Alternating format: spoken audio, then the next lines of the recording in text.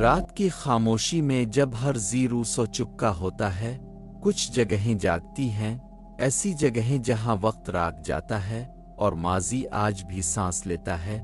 یہ کہانی ہے ایک پرانے مکان کی، جو برسوں سے خالی ہے مگر اب بھی آباد ہے۔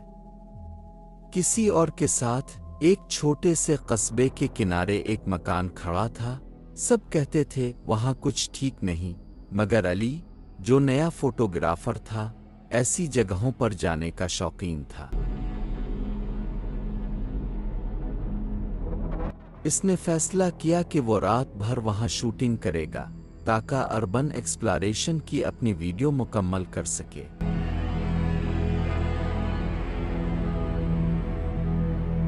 دروازہ زنگ آلود تھا مگر ہلکی سی دھکیل پر خود بخود کھل گیا۔ اندر قدم رکھتے ہی ہوا کا ایک جھونکا آیا، جیسے مکان نے لمبی سانس لی ہو۔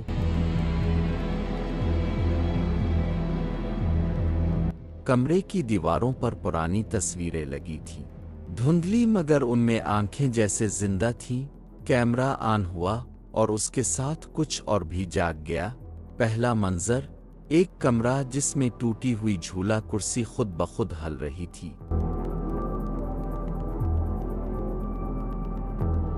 علی نے سمجھا شاید ہوا ہوگی، پھر اچانک کیمرے کے مانیٹر پر ایک سایہ گزرا۔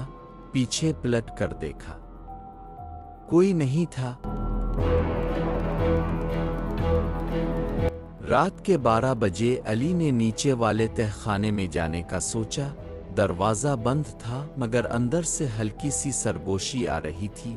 چلے جاؤ، علی کا ہاتھ کانپ گیا۔ دروازہ کھولا تو اندر ایک پرانی میز پر لکھا تھا، "وی نیور لیفٹ"۔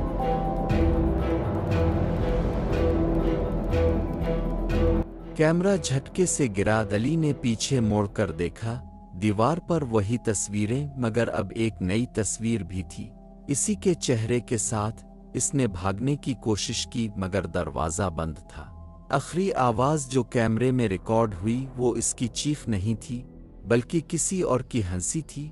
اگلے دن لوگ آئے، کیمرہ ملا مگر علی نہیں۔